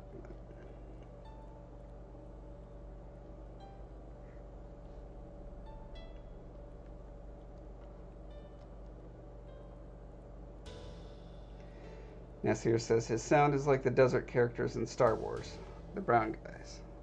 The Tusken Raiders, I assume you're... Oh, no, you're probably thinking of the Jawas. There you go. Woo, Dee! Like that.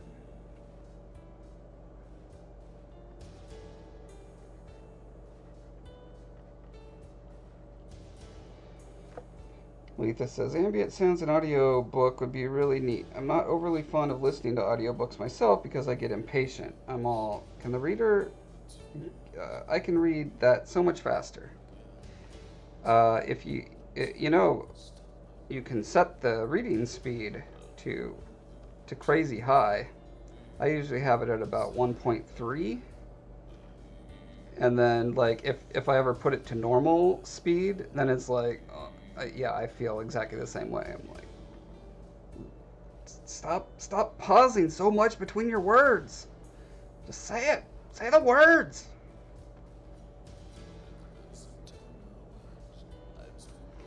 Am I almost done? Let's see. I've done a good half of it. That part. I want to go all the way down today. How long have I been going? Okay, I'm going to give it 10 more minutes. That'll be almost 2 hours.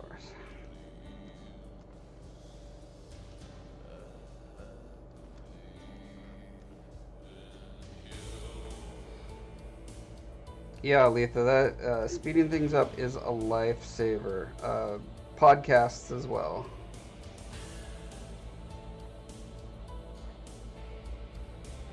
I listen to probably 40 to 50% more podcasts because I have them sped up. What's really annoying though is I was listening to one podcast where they were interviewing, it was an interview, and the host talked kind of like me, just, you know, at a normal pace, there'd be spaces between words or whatever. And so when you speed it up, she sounds fine, totally intelligible, like, but the guest she had had a British accent and spoke really, really fast. He was kind of like a Hugh Grant, but even faster without the stutters. And he would just go like this constantly, and you would never be able to catch up and keep up if you were going at the normal speed. So it was like, I couldn't do both. So I had to play it at regular speed, and she sounded like she was underwater the whole time.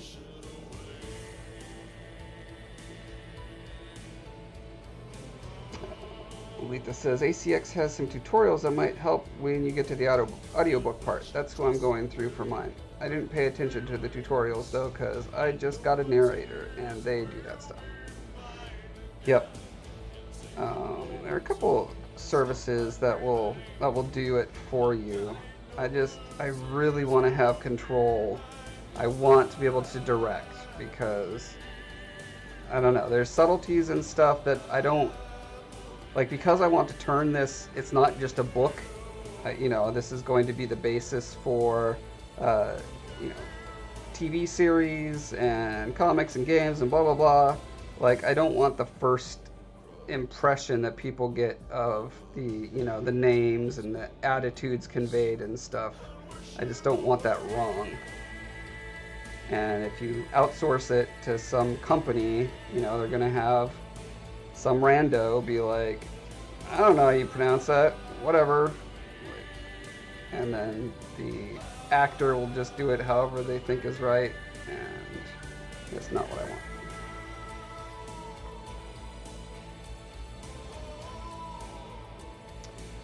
Nasir, no, they don't sound like they're on helium when you speed them up. They pitch shift it so that they still have the same pitch. I don't know, whatever the thing is that would make their voices sound high. When you do normal speed up, like if you're speeding up a tape or something, it makes them sound like the Chipmunks. They compensate for that. At least all the podcast and audiobook software I've used. I've used Audible, and I've used Podcast Addict, and I don't know if I've ever used iTunes. I assume iTunes does it that way as well. Letha says, you can work with the narrator one-on-one. You pick your narrator and direct how they do it. Okay, well, I'll have to... that makes it more interesting to me. I assume it's via, like, Skype or email or something. Like, you can't just be there during the whole recording unless it's a local place doing it. If that was the case, I'd definitely be way more interested. Letha says you can get the audio files first and then upload them to ACX to make them available to sell. Right.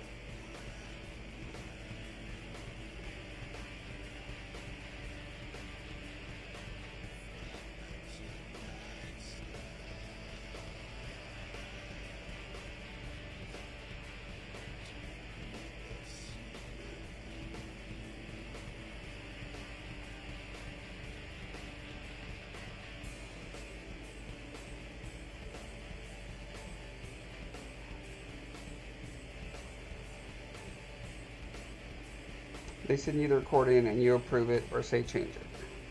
Yeah, I'm sure there's a limit to the amount of changes you can request.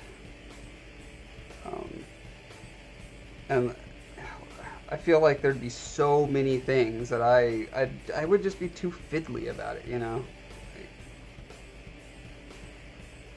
I'm a control freak when it comes to this. This is why, like, even when there was some potential, you know, we've had people who were able to get this in front of a mainstream big publisher, and I'm just not interested in that. I don't want to cede that power.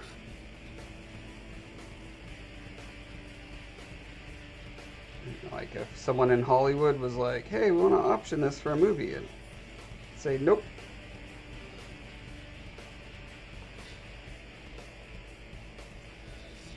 I know what happens to books that get made into movies. I mean, the books sell a lot more. That's great. But my goal is not to sell a lot of books. My goal is to launch a media empire around Talifar. So you can't do that easily if a bunch of other corporate entities have bits and pieces of your rights.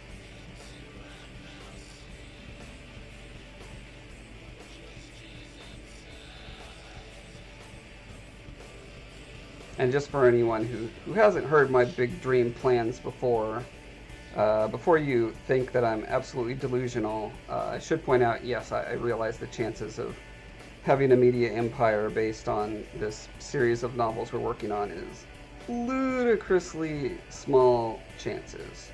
That's fine. I have my day job, and I'm very happy with it, and this is just like my long shot thing that I hope to someday have.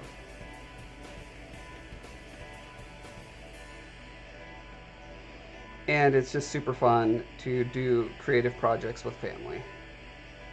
Because I got my mommy writing all these books, and eventually my wifey will be like making music for it, and my son will be making stuff for it. It's going to be great.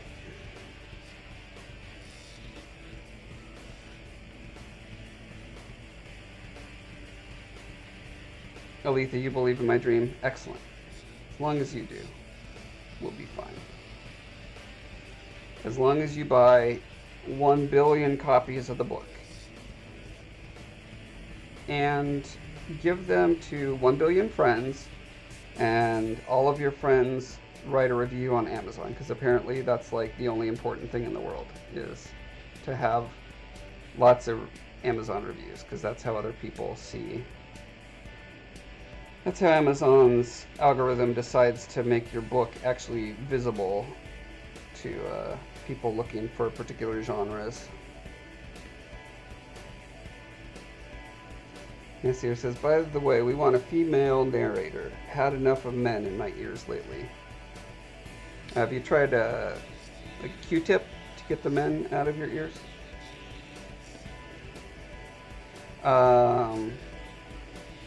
Female would be weird for the first trilogy. I definitely want a female for my books that have female protagonists, which we have several of. But the Scarred King trilogy is a dude, and Scolla is male, and they are, I don't know, 80% of the dialogue in the book, so it'd be weird if there was a female reading all those lines for them.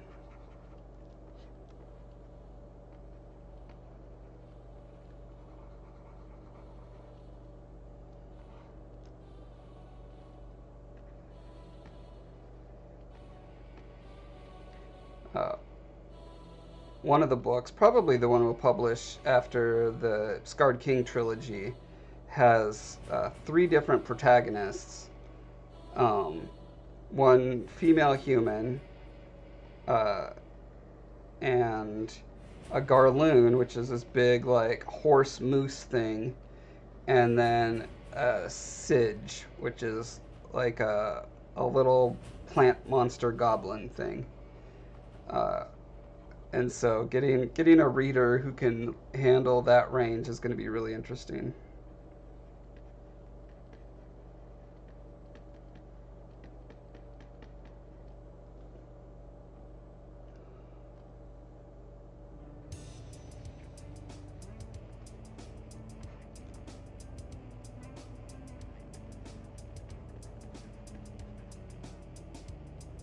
For the actual like the actual voices that they would have on a TV series, I'm going to be doing acoustic modeling of like their actual mouths and tongues and throats, and they'll be super original sounding. They will not be able to be produced by humans because you know what? If you had a horse-shaped mouth and tried to speak English, you would sound very, very different than a person pretending to be a horse speaking English.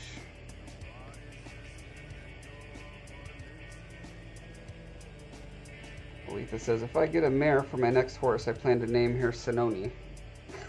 Awesome. Sinoni is great. Although I like Scolla's Kid even better. I don't think you've read, shoot, is it Finding Home?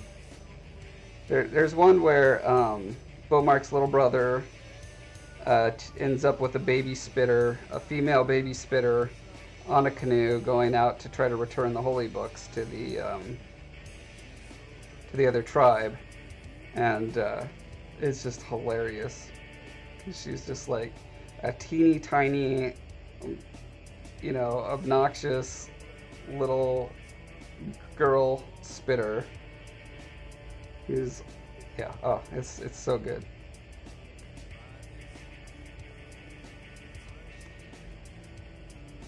Nasir says, sounds like a horse with bangs. What? What's a horse with bangs? A horse speaking English?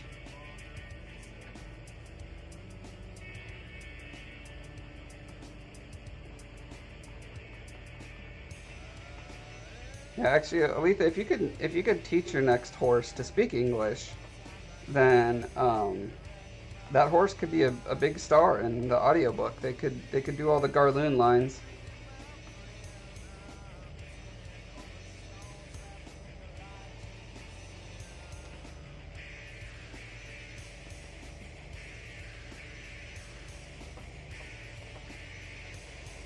Aletha says, haven't read anything past the Scarred King trilogy. That sounds fun.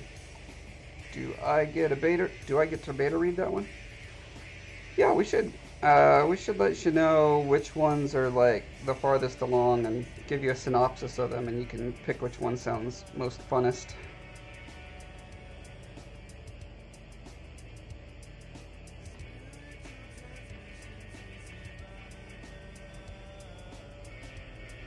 You'll take a shot at teaching your horse to speak English? Okay.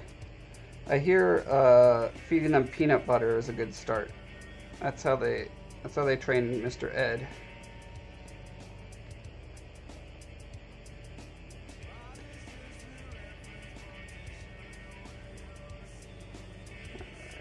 We're getting close to where we want these blobs to be getting bigger.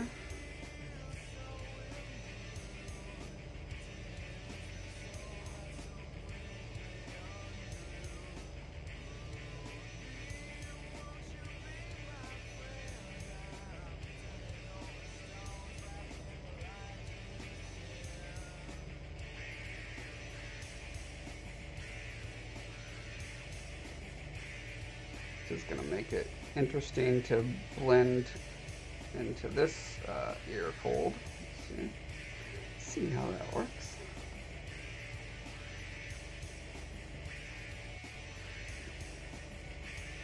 Alright, I got 2 minutes to finish this, you guys. Can I do it?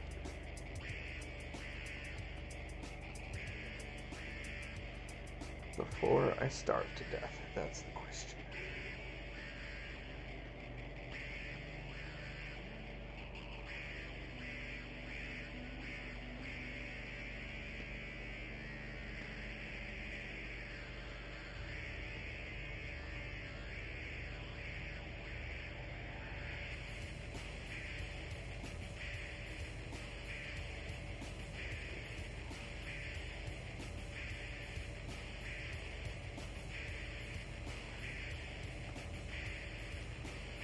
Oh yeah, look at that transition.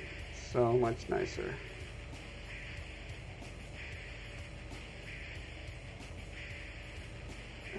Although this, I think I need to,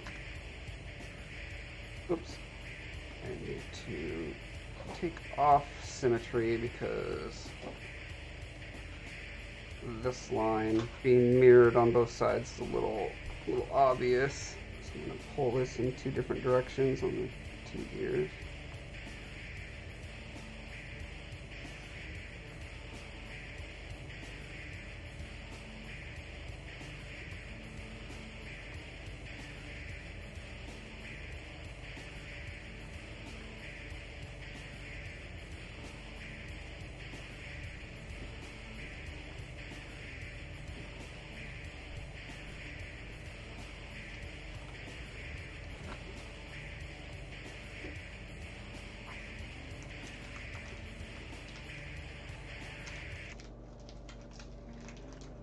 Okay, little guys. Let's transition to little guys.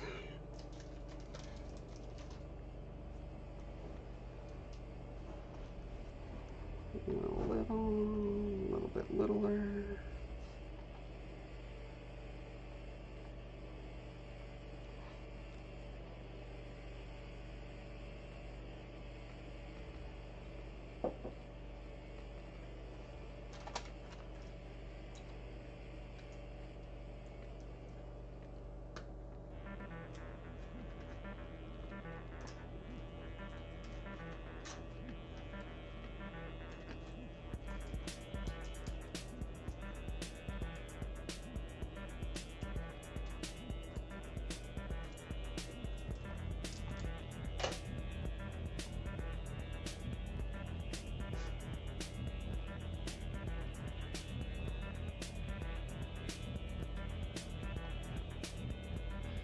Racing him with a donkey should do the trick.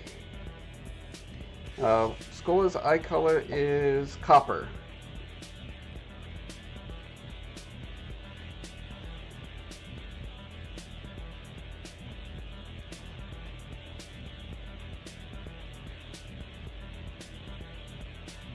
Which actually, can't remember what color Beaumark's eyes are, but no, Beaumark's skin is kind of coppery. It's got little reflective bits in it. So his eyes can't be copper. What color are Beaumark's eyes? I need to... Yeah, I really need to...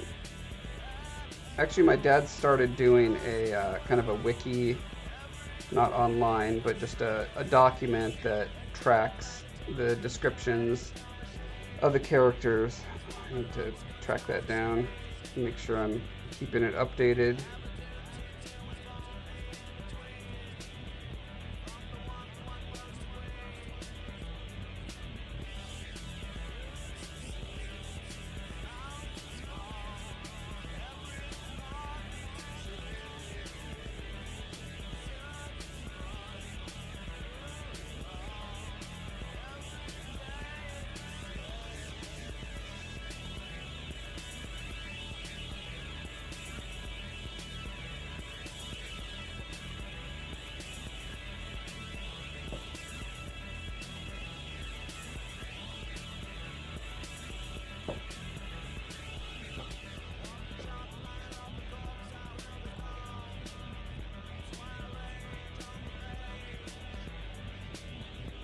Alright, well, I've gone past my time limit. The OCD in me wants to just keep going until I finish these little parts, but I've already pushed past the patience limit of both my tummy and my wounded wife. So I should probably just call it here. Yeah, I think this is definitely working better. Going from one lump here to 5 or 6 right on top of it is not making me happy. So I might start splitting these next time. But yeah, I think overall things are going good. Homework's eyes are green this year. They might be. He does have red hair.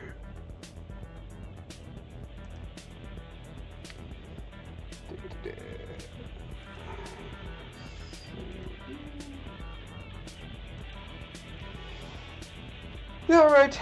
Good night, everyone. Thanks for stopping by on this the weird hours that I did this weekend. I think I learned my lesson. I'll not do Saturday nights anymore. So, anyway, see you guys later.